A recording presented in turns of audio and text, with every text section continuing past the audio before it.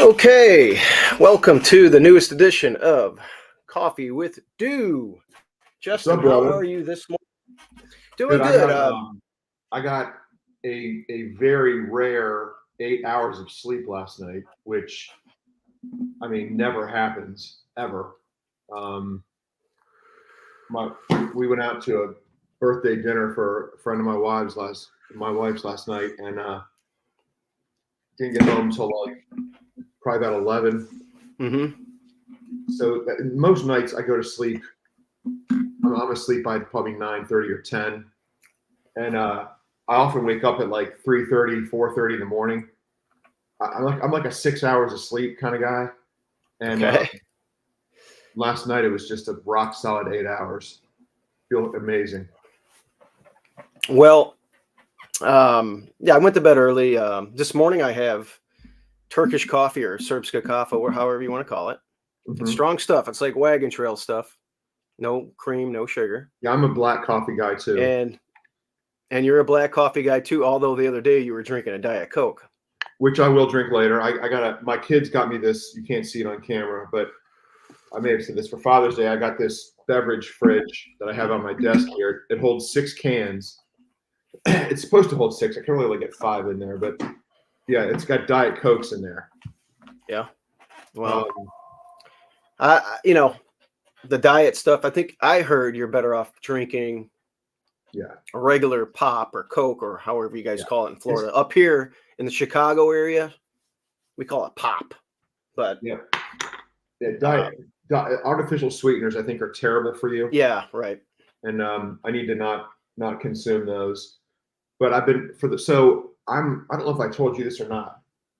I think I did tell you this on the last edition of Coffee with Dew, that I'm down 25 pounds since Fantastic. I had my health issue. I'm trying to gain weight. Is that really? Why? I only weigh 158 pounds. Oh my God. Yeah. Well, I'm down to 240. When you met me, I was about 215. Mm-hmm. That's probably the fittest I've been. This would have been like around 2019. That's probably the fittest I've been in my adult life. I've been working out with a personal trainer, eating right, and I had a lot of muscle mass, and I was just in great shape. Yeah, you had a physical trainer, personal trainer, and I still do, and I do. I'm back at a personal trainer now. But as soon as I met my wife, which by the way, I met my wife 5 years ago today. 5 years ago today. And that was right around the same time that I met you. What's that?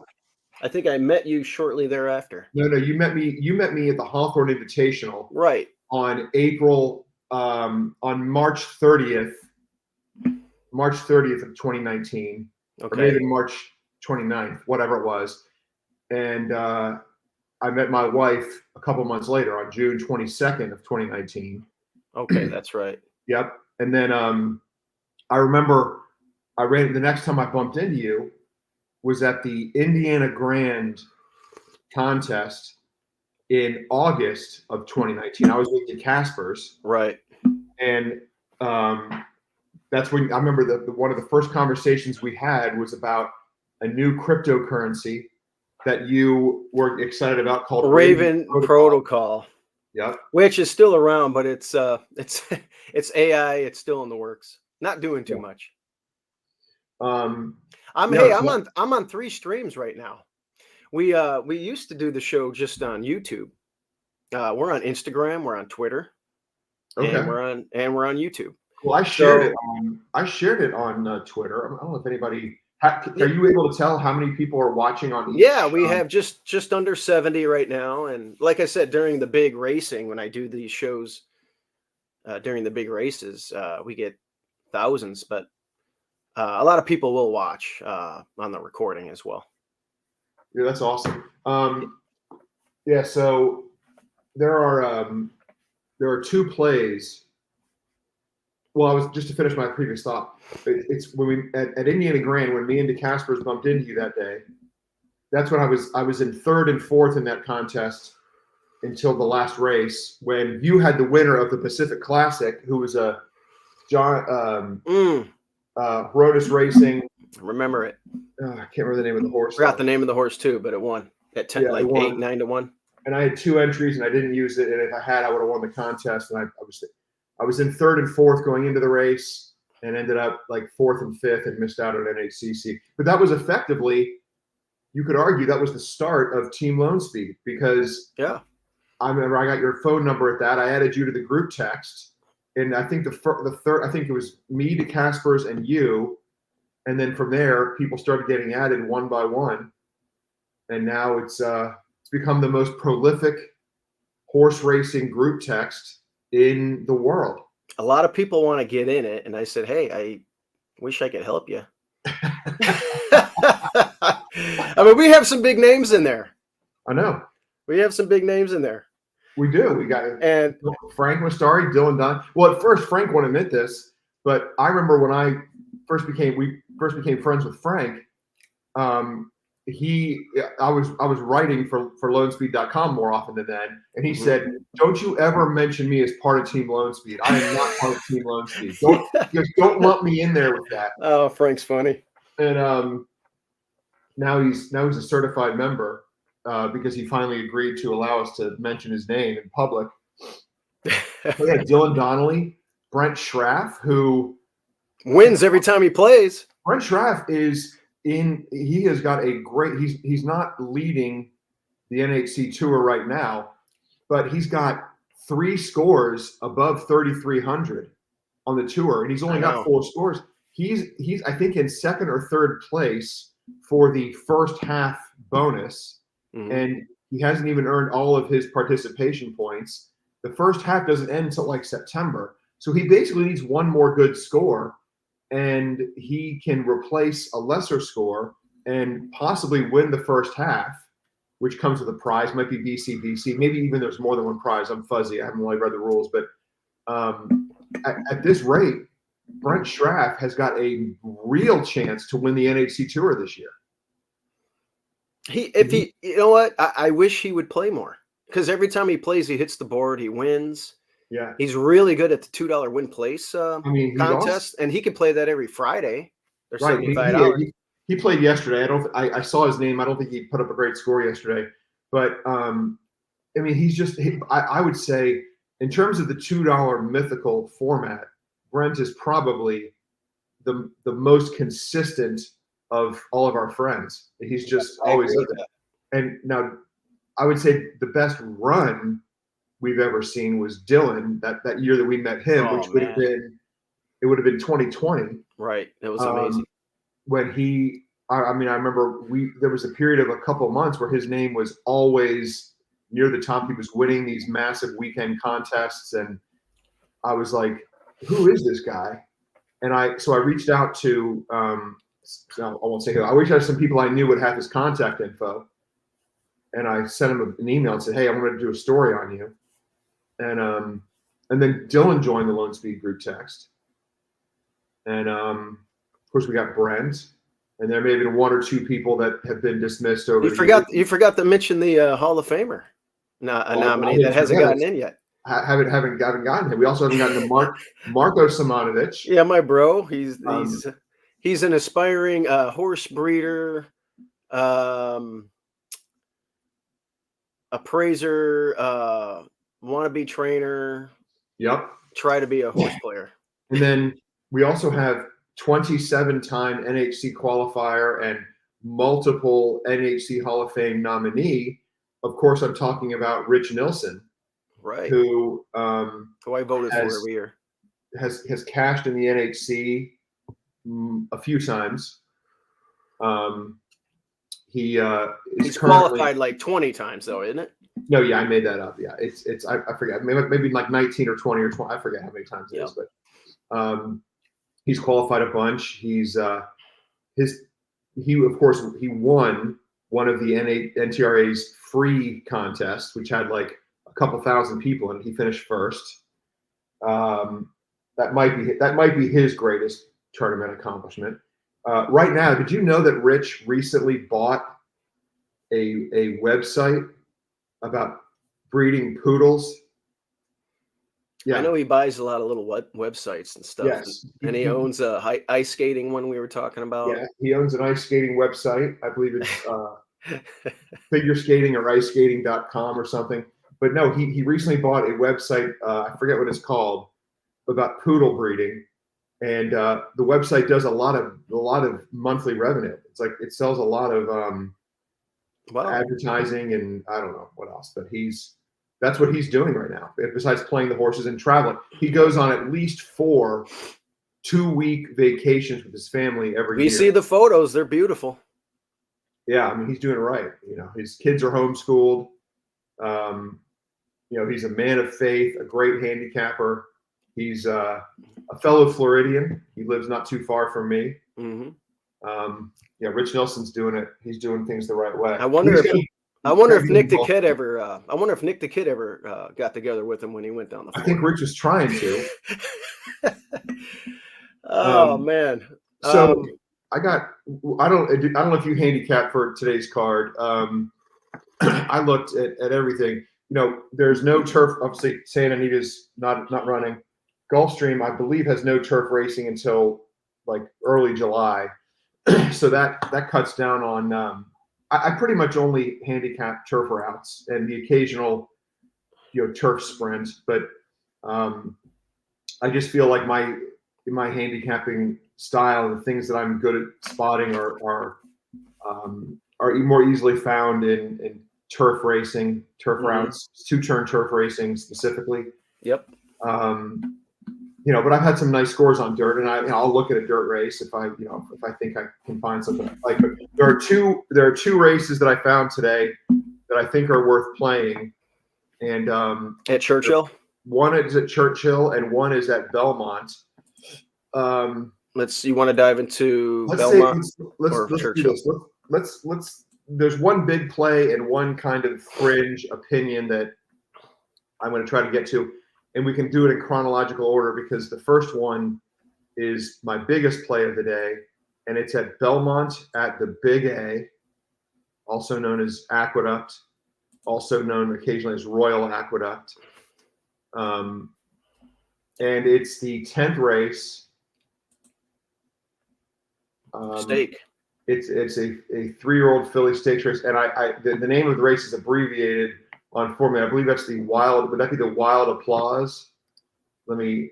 If I open the classic PPs and I might print a single race.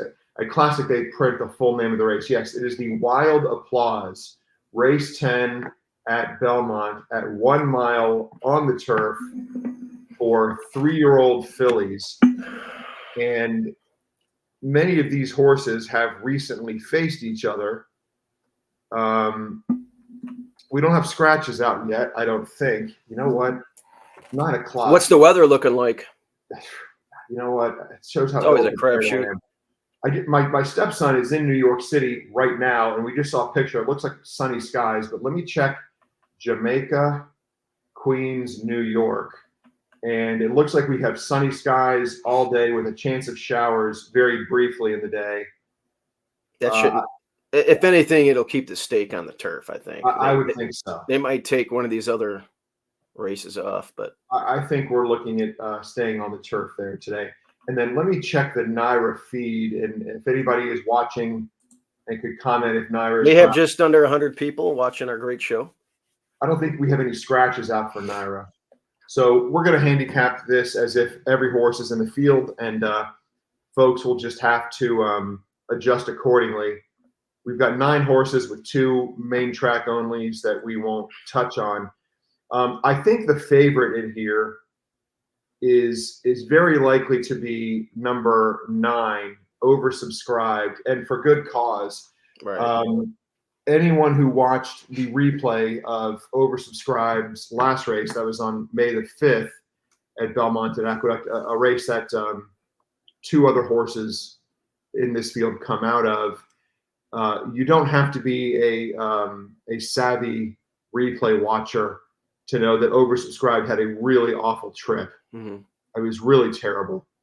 And I'm not saying it was a bad ride, but Irad Ortiz got in a lot of trouble at multiple points in the race. and the horse really came flying late, wasn't able to threaten the winner, who is in here, Makanga, who wired the field after kind of running off early, held on to win under John Velasquez for Rick Dutrow. I think Oversubscribed is going to be favored, and I think Oversubscribed is probably going to run a very big race. Has one career win. That was a dead heat win at Tampa. I did not watch the replay of that race just because I don't think I needed to. But there's a horse in here that I think is a little bit sneaky, and that is the 3 Vino Rouge, who is 6-1 on the morning line. I want to point out one thing, and that is that her last race, which was the allowance race on May the 19th, was coming off a layoff, and she faced older in there. If you open up the chart and look quickly, you can see she was the only 3-year-old in the field, and she ran behind two good horses, 2 allowance quality horses that the winner put up an 88 Beyer. The runner-up has run multiple high 80s Beyers, and not that in any way I think that Beyer speed figures are the be-all, end-all judge of ability. I don't think that. I think this one stakes placed, Yeah, on the dirt. That's right. And actually on the turf. Started the career with a dirt race. I'm sorry, with the turf race, and then tried to run, and then ran in an off the turf event to get the first win. Tried Stakes Company after that, earned a listed stakes placing in the Tempted last year as a 2-year-old. Didn't run well in the Demoiselle. Looked like had a wide trip there. I didn't watch that replay, but then came back in the turf race on May 19th. I watched the replay. Ran a good race. I mean, it was a solid race.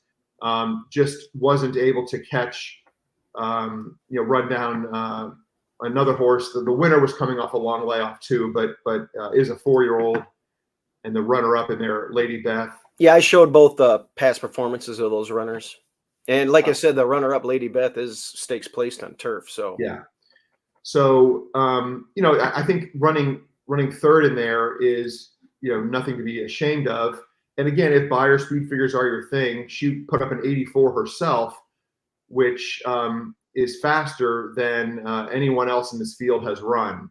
Now, that to me, does that mean we're likely to get 6-1? As I was handicapping this race, you do have Gallup Brand in there who ran poorly in the Breeders' Cup, but is a graded stakes winner against males.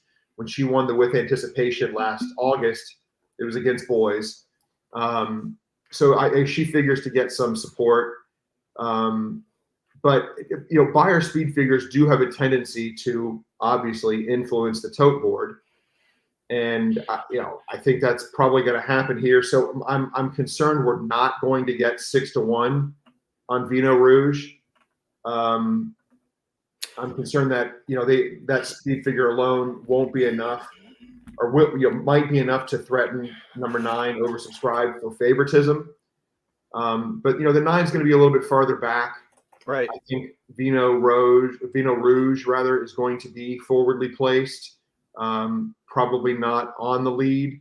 Can Velasquez steal it on Makanga? I think if Johnny doesn't get pressure on the turn back in distance from a mile and a 16th to a mile, then the 4 Makanga is going to be a threat to steal this. My hope is that Vino Rouge can stay close, and you'll have enough of a late kick to run down Makanga, and that maybe Oversubscribed with a bit of a wide, the wide post draw and being a little bit out of it might not have enough in the tank to run them down. So the play for me is going to be a win bet on Vino Rouge. If the odds drop down and she becomes, say, 5-2, then I think the play is going to be a trifecta key of the 3 over the 4-9 over the 4-9. Just try to go 1 by 2 by 2 in the trifecta and see if we can cash that way. Yeah, and then extend the bet. I'd make it a larger, obviously, maybe a $10. Yeah, like I don't think I'm going to play Vino Rouge to win at 5-2. You know what? We might get a square price on Vino only because Anthony Dutrow is currently 1 for 28 on the year. Now he has run second twice and third once out of 8 starts, but he's winless at the current meet. So he's still trying to find his groove in 2024. Yeah, yeah, that's fair. But I just think I've just seen it happen so often that Beyer speed figures. I mean, because look, most of the field. Well, the four's got an 83. What's that? Four's got an 83 Beyer. Yeah, I know. And then Grayosh, who's for another Chad, the other Chad Brown in here. Boy, I didn't realize there are 3 Chad Browns in here. Well, the one on the outside with Pratt is going to take money. Oversubscribed is going to be overbet. Yeah, just anybody who watched that replay is going to think they're clever coming up with this horse. Yeah. The problem is it ran second, and when you run second, that kind of plays into the odds too. Now, if you're getting clever and the horse runs 4th or 5th, galloped out good, that's when you can get sneaky, but that one won't slip through the cracks. No, but there's a post. I mean, all 3 Chads are to the outside. I don't think any of them is going to do anything stupid. Like they're not going to run with each other. The 8 Chantilly Road is probably going to be, forward as well. Trip of death candidate. Yeah, it could. It just depends how far ahead that 4 gets. But the 3 Vino Rouge should be. I mean, has every opportunity to get a rail trip to try to outrun that 2. I mean, I guess. In theory, could be too wide. Another horse I touched on. I mean, it depends on how this one comes back off the layoff. It's the first start for Galibrand for since the Breeders' Cup. I actually thought she was an interesting horse in the Breeders' Cup, and didn't fire. Had a little bit of a wide trip, I guess, but. Anyway, that's who I'm on. This is the play of the day for me, and I'm hoping we're going to get a price on Vino Rouge. And if we don't, then we'll try to hit the trifecta with Makanga sticking around late, and the 9 making a late run that maybe comes third. I would love to see this race run 3-4-9, and I'm probably going to play the try anyway. But I think 3-4-9 would be the ultimate outcome for me, and maybe the 5 somehow slips through the cracks and goes off at 9-2 or 5-1, and we get a price. So it looks like Jordan noticed the gallop out that you saw in the replay there. Yeah, right. I remember watching that race live. I didn't watch the replay, yesterday or this morning, just because I remember it, and I don't feel there's anything I need to watch about that maiden dead heat win for the 9. But yeah, I mean that horse is a serious racehorse. So that's that race. And then real quick, this is race. What race is this? This is race 10 today at Belmont at the Big A, the listed stakes Wild Applause at a mile on the turf. We got Vino Rouge. And I was pretty sure I had to look it up, make sure that wasn't Rogue. I'm like, wait a minute. I know Rouge and Rogue are spelled similarly. So, because I'm not the greatest speller in the world, I had to look that up. So there it is, guys. That's the horse. Take a peek at that 7 with Chad. I think you mentioned it, right? The 9 is the Well, you like the 9, but the 9 is favorite. 7 looks a little interesting to me. Oh yeah, for sure. Well. But I just think it's the 3, and then I think the 4's got a tactical advantage in the race. And I respect the 9's ability. So for me, it's 3 over the 4. But yeah, I mean, any of the Chads would make sense for sure. I think the way we make money is we try and beat the Chads with the 3, and we throw some of those underneath, including some of the other ones that you mentioned. Yeah. And that's what we're looking for. Square price. This is a $14 horse. I think we're going to get it. At least 12, I think. And we're second off of a layoff. We took the hood off 2 back. The Lasix doesn't bother me because this filly ran fast as a 2-year-old. So just natural progression and maturity from this one is making it run faster. Yeah, it might pop. It might pop its best race. Yeah, I think she's going to run big. I'd be interested in what the viewers think about the price. If anybody has I don't know, any input on the race, feel free to chime in. I think we'll be lucky to get. I think we'll be lucky to get 4-1. I think we're probably looking. My guess is Vino Rouge goes off at 3-1. Really? Yeah. I wonder if we should do a. I know you're going on a cruise next week because the Hawthorne Invitational is next week. I know, devastated. I'm going to miss that. But I wonder if I should do a little wager with you, a friendly wager on something. The over/under could be 7-2.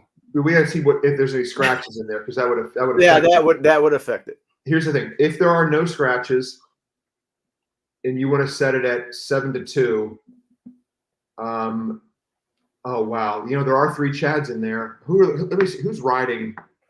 Oh, first of all, we have Gomez, but here the Chads, you've got Manny Franco, who is always dominating this meet all the time. Yeah. You have Joel Rosario, and you had Flavian Pratt. Yeah. Okay. So you know what? We're going to get that price. I still don't think we're going to get 6-1, but that definitely helps us. If all 3 Chads stay in the race, then yes, you might have the favorite's going to probably be the 9, and the 9 probably will actually, now that I look at it, go off at its morning line, or maybe 5-2. And then the other Chads are going to take money, especially the 7. I feel like the 7's going to take a lot of money. I think the 9's going to get. It's cutting back. It's got a win on the surface. It ran in a really tough grade 2 at 9 panels last time. I'm going to key your horse under that 7, and then some other ones underneath there. But I think you'll be well. We'll see. We'll see what the odds come in at. So there you go, everybody. That's our play for the stake at Aqueduct, or Belmont at Aqueduct, or whatever it is that you want to call it. And then I've got one more play in the finale, race 11 at Churchill Downs. Okay, race 11. This race goes off at 5:58 Eastern. Yes, 5:58 Eastern. It's the nightcap. There is a 7 furlong grade 3 stakes on the card, which I didn't bother to look. It's only 5. That race only drew 5 horses, so yeah, no point looking at that. But that would start your late pick 5 for those of you who are interested in such wagers. I will not be. But in race 11, so we have an allowance, an optional claimer, non-winners of 2 other than. The race is for 3-year-olds and upward, which have never won $18,000 twice other than maiden, claiming, or starter, or state bred, or which have never won 3 races, or claiming price of $80,000. And we do have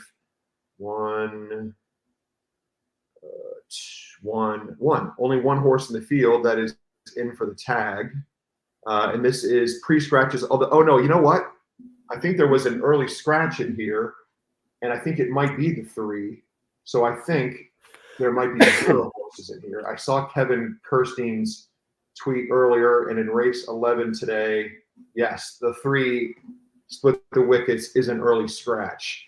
So anyway, for those of you who care about such things, there are no horses in for the 80,000. So the play I have here, I call this a let's try this opinion, because I'm going to need a couple things to go my way, and I'm going to need to be right in a couple areas, but the price might be at the level where it justifies taking such a chance.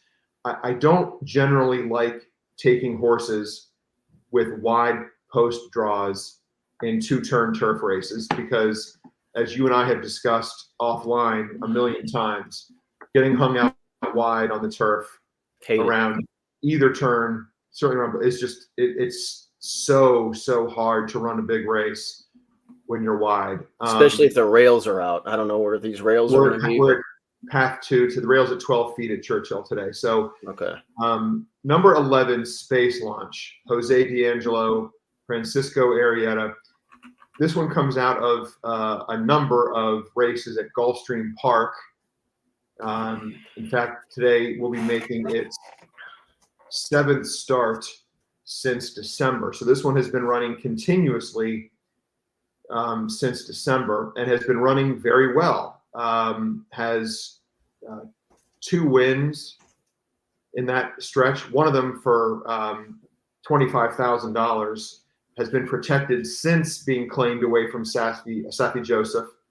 In fact, was claimed the only 2 times that he ran in claimers, at least on the page, the last 12 starts.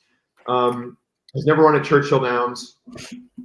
And at first glance, you would say, well, has been facing potentially weaker company, running for the optional 35 or having started for 25.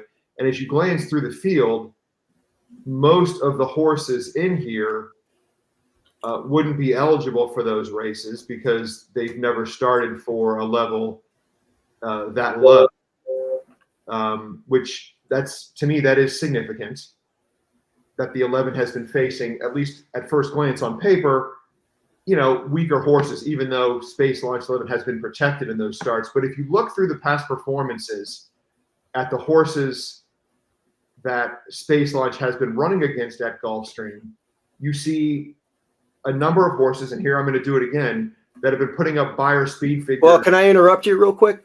Your Lone Speed text play of the day last week, Novo Soul, ran against this runner, got crushed against this runner, but came back and won. You picked it. When was that? Last race. I'm going to have to remind myself. Yeah. So that's good. Good company line. Novo Soul? I don't think I played that horse. Yes, you did. Oh, yes. The Lone Speed play at Gulfstream. Yes, you're right. Yes. I have it on YouTube. We can.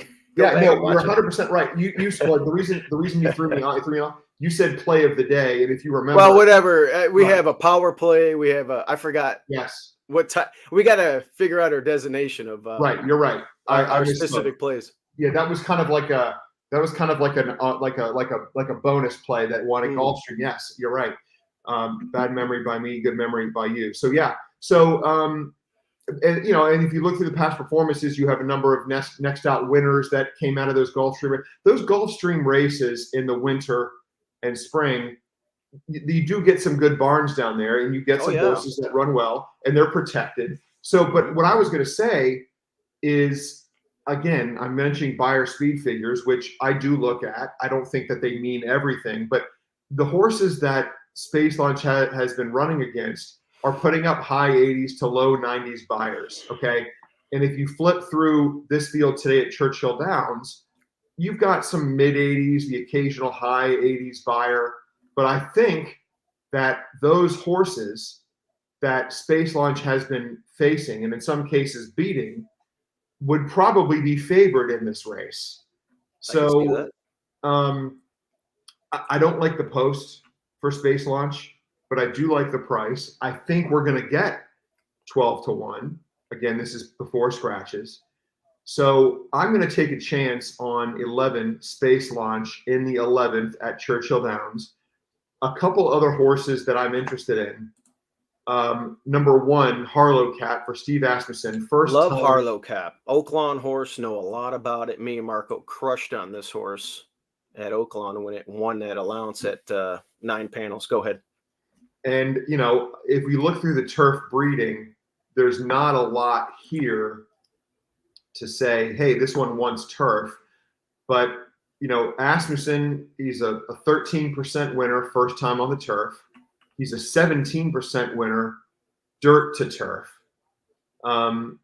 Justify as a sire of turf runners is okay.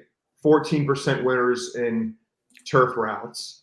So there's reason to think this one could be okay on the turf. A classy racehorse, stakes place, actually graded stakes place, ran 3rd in the Pimlico Special, a race that nobody cares about anymore. But still, there's definitely talent here. Will that talent transfer to the turf? I have no idea. That's why we're getting 12-1, but we're getting a great post draw. And if this one handles the turf, I think there's reason to believe that it could run well.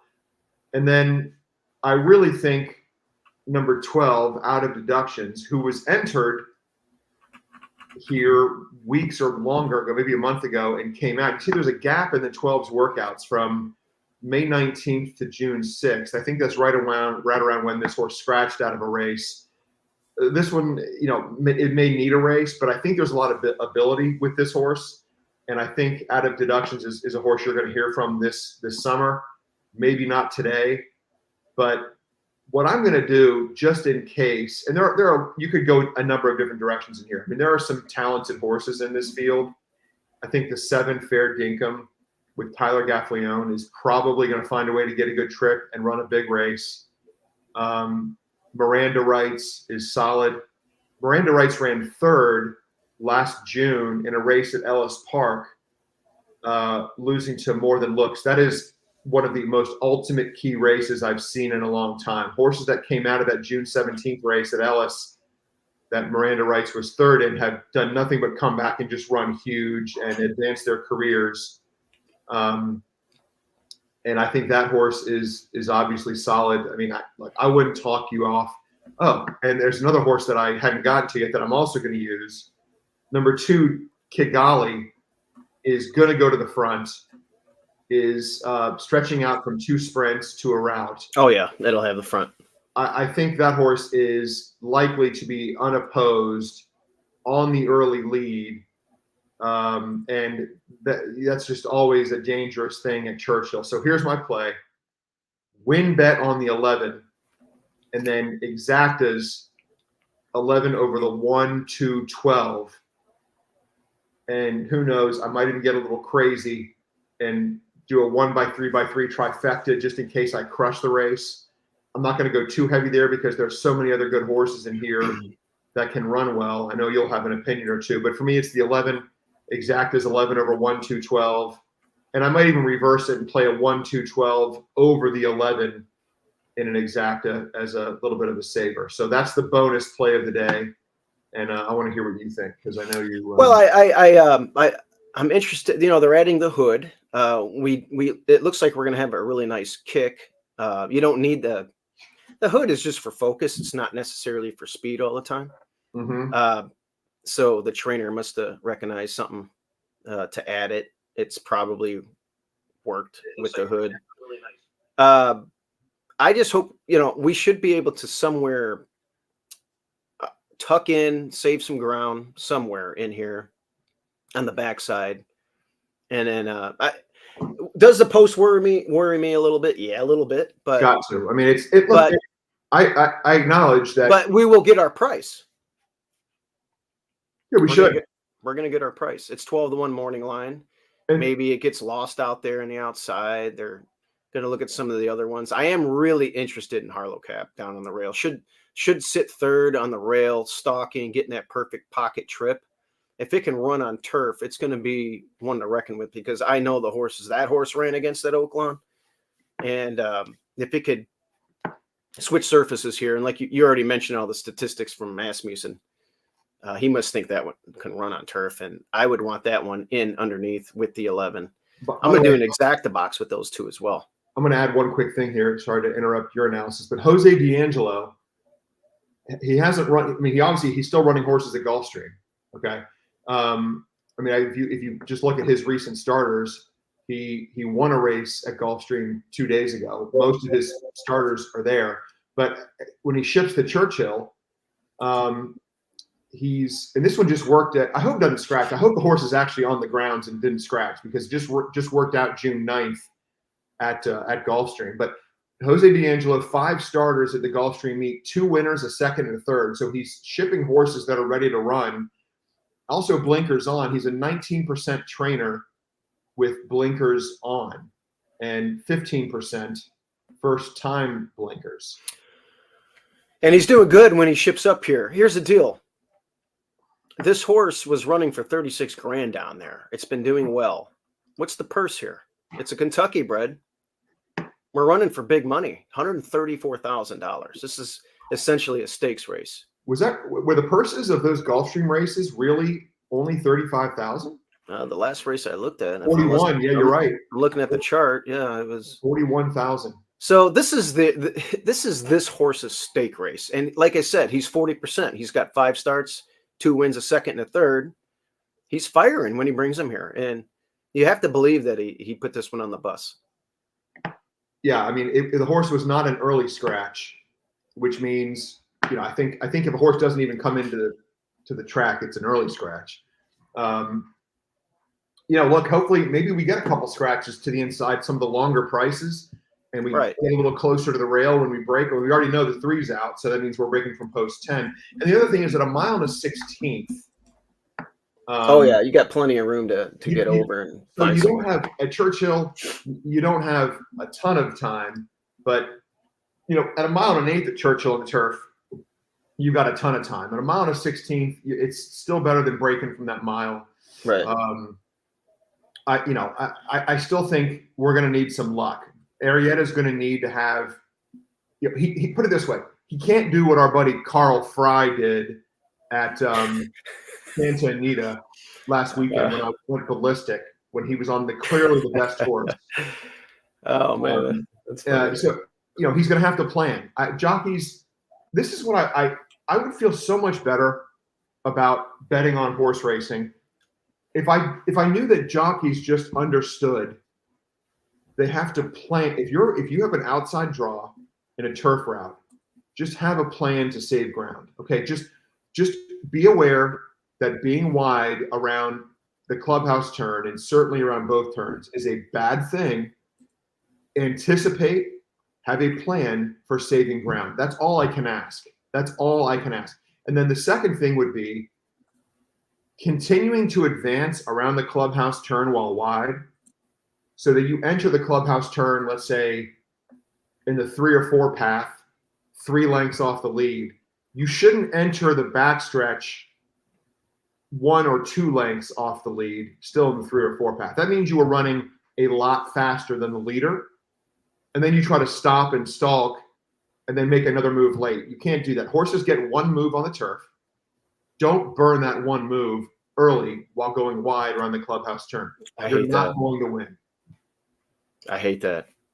I would like to. So I love this play. This is going to be exciting. This race goes off later on in the afternoon, so plenty of time for you guys to get your stuff in. Won't be on any contest slates for our contest players, but is the Belmont race part of the online contest slate today? That's interesting. I plan on playing in one of the Hawthorne feeders. Let's just take a peek real quick on horse tourneys. Oh, I can't get on. I can't. Hold on. I got my VPN on over there, so for some reason I can do it. Let me. You can check it real quick. Okay. I'm gonna add. Let's see. So the contest slate today includes Belmont 8 through 10, and our play of the day at Belmont 10, right? Wasn't it race 10? I think we said.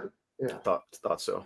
Yeah, it is race 10. So that's gonna be. But you know, and that's a $2 mythical. So it's going to be a situation where now is that a live or is that pick and pray? It's probably pick and pray. Pick and pray. So you're not going to be able to see the tote board before you put in your selection. And I think Vino Rouge, Steve-O thinks we're going to get better than 7-2. You think we're going to get like 5-1? I think we're going to get 3-1, 5-2. I think the morning line is in play. Well, I hope you're right, because that's going to increase the size. I could be wrong.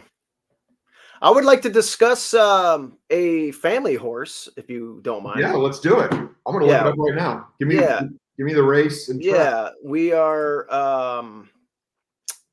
We're at Los Alamitos. Los Al. I was certain you were going to go Hawthorne, but okay. No, Hawthorne's next week. You mean Los Alamitos race course, because correct. That's okay. We're in the Bertrando Stakes. And that is race. That's the finale. The finale goes off at 8:00 Eastern time. I know where we're going here. And we entered Dick Best. Dick Best is, I believe, the longest shot on the board in a 6-horse field. Oh my God! You're running against some household names. You're going against none above the law. Yeah, we got some good ones in here, including a Baffert that has all of a sudden gotten good in Cowboy Mike.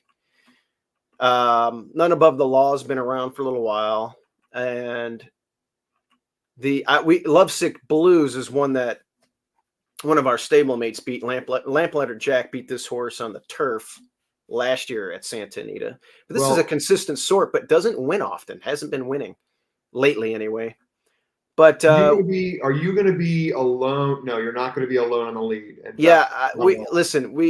We tried. It's funny that you mentioned Carl, aka Kyle Frey or Fry. We tried to get him, but he already said no. I'm taking. I think he's on Lovesick Blues. He is. Yeah, he took Lovesick Blues. Maldonado was named on our horse. They agreed to ride us. Baffert came in last second and entered Cowboy Mike. He jumped off of us. And needless to say, my dad wasn't too happy about that with the jockey agent. Once you commit, and I get it, it's Bob Baffert, but we don't like when you commit and then you decommit. So we have Gonzalez riding. So he doesn't have the greatest winning percentage, but he is 2 for 2, I think, with Lee, at least. Well, it says here he's 2 for 4. 2 for 4. But I think he was 2 for 2 at the meet. I don't know. Anyway, he really perked up on the dirt last time. He's a Calbred. Obviously, this is a Calbred stake race. You can win the A other than condition on the turf and the dirt over there. We actually got DQ'd, and it cost me a really nice Pegasus prize the day he got DQ'd, and I wasn't too happy about that, but on the turf. But he came back, won on the dirt. We could always come back to the turf. This race came up. The Chosen Vron decided not to run, and we were like, let's give it a crack. Now, I guess you could say, I mean, if you look at the race flow, I mean, we did wire last time. The finishing time was 137 flat. I mean, Cowboy Mike got a huge number. Track variances weren't too far off, and it ran 5 seconds slower. I don't know how they, or not 5 seconds, 5 lengths slower. Mm-hmm. I don't know how they figure the internal fractions out with the final time to get the buyer speed figure with the track bias, but a 15 compared to a 10 and being 5 lengths slower. I don't know how you get a 94 to an 82, but maybe it's class. I don't know.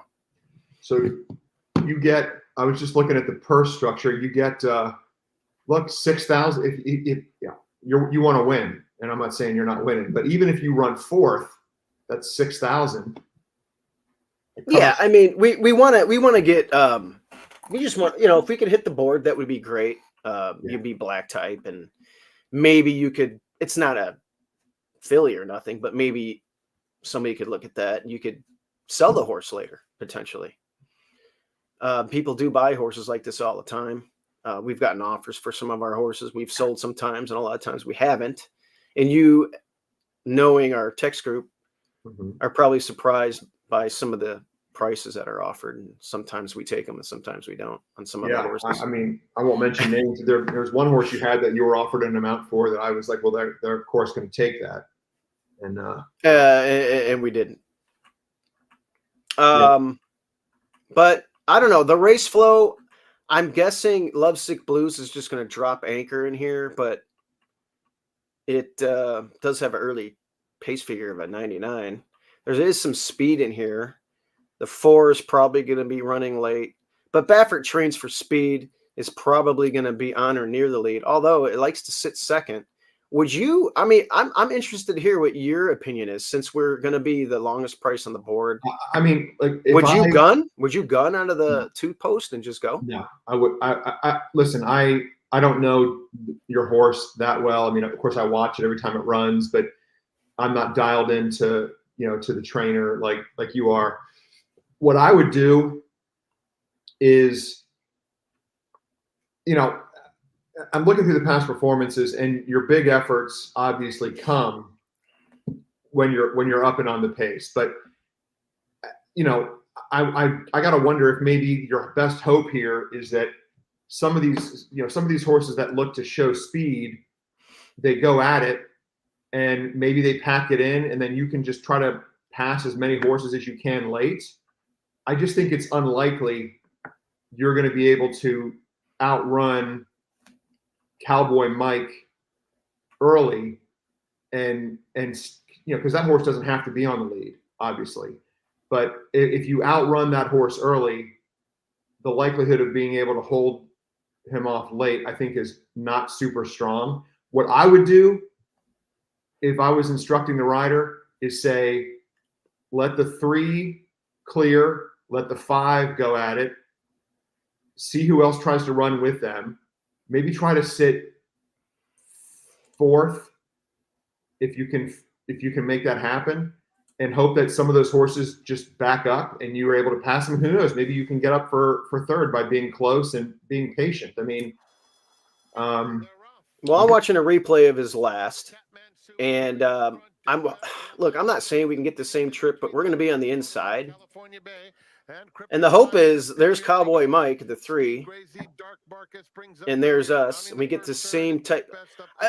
I mean, being the longest shot, maybe they say, hey, let that one go if they're going too quick or whatever. But maybe not. Yeah, I mean, if we look at, I'm going to look at the time form US pace figures.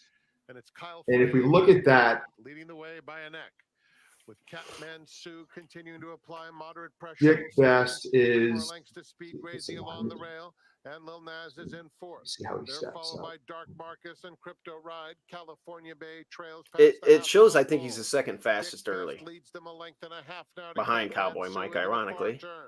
With speed, yeah, and it looks like he should be faster than the 5 early. Inching up a touch on the outside of Crypto Ride. Yeah, from California Bay. I don't know. I mean, I know this is a much easier spot he beat in this replay. Yeah. But he really, I like how he ran when he got to the front. And oh my God, I had him to start off a double in this race. And he went off he paid $11. I know.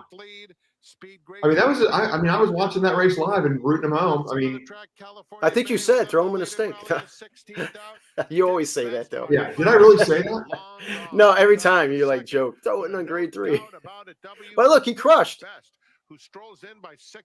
So we're going to give him a shot off that effort. The race came up. We can't go on turf right now. You know what I mean? And this is when you said, oh, is he hurt? But Kyle, yanked on his reins and pulled him up on purpose. It was like, what are you doing, dude? Let him gallop out. Carl. Let's not call him Kyle. Let's call him by Carl, please. Well, listen, Dylan makes fun of me because we were in the paddock. And I called him Carl Fry. I know. I've heard the story. And yeah, you heard the story. And I don't know. Dylan started laughing. I'm like, what are you laughing about? After he left, he's like, that ain't his name. I don't know. Well, now it is his name because he screwed me up. He's cost me thousands of dollars last weekend with his absurd ride. God, that was terrible.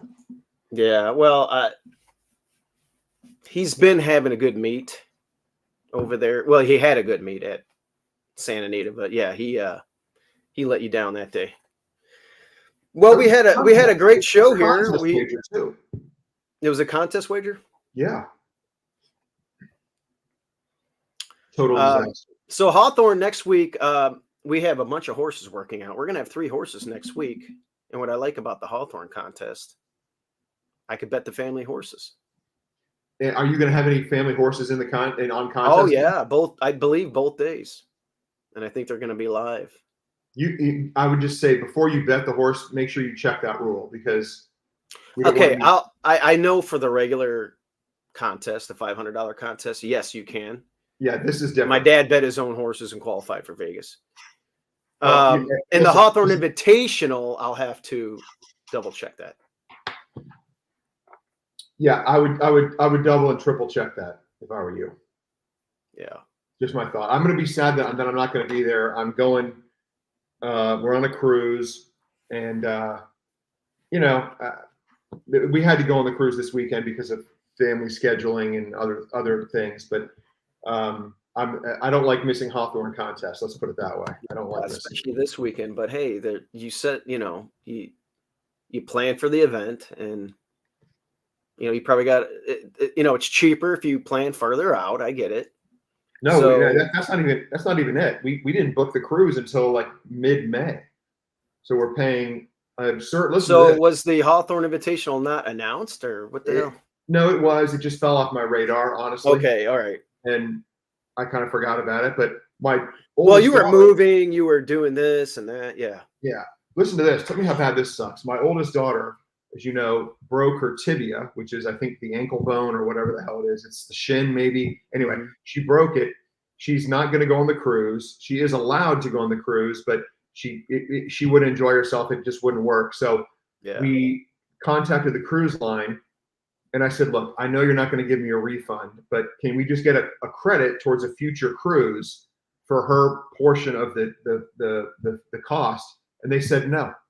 What? So we're out $1,000 minus some taxes. I think we're out actually $800. Was that disclosed when you bought the tickets? No refunds and all that? Yes, you have to buy travel protection, but I thought they'd take a common sense approach to it and say, look, it's not like we're canceling a cabin that they can't resell.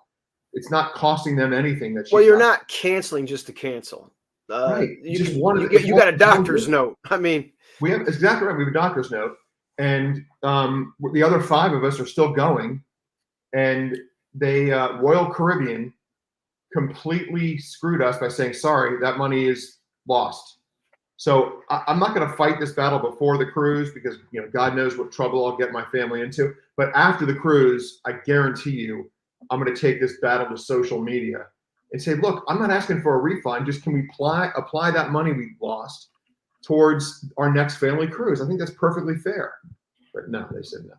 Yeah, that's not good business. I don't know. Because there's been a lot of negativity with cruises and media. You hearing about people getting sick. We've all seen the videos of these things rocking, tables and chairs flying around, people getting pushed overboard. Yeah, you're probably not a cruise guy. I wouldn't think you'd be a cruise guy. No. What I like to do, I like to go to, I like to do hiking trails and lakes and hot springs. There's a lot of things to do. By the way, the Lone Speed, we got to get the group down there this year to Hot Springs for the Oaklawn meet, because me and Marco do our Oaklawn capping hour. Yeah. And we're really involved with that meet. Of course, my uncle owns the restaurant across the street, Rocky's Corner. I want to get there. Susie, she loves lakes and water. Susie would love to go down there. Let me tell you, she could go to the Bathhouse Row. She can get her nails done, massages. She can go in there. There's hiking trails. They got nice little shops, up and down Central Avenue. She could, buy something at every little store.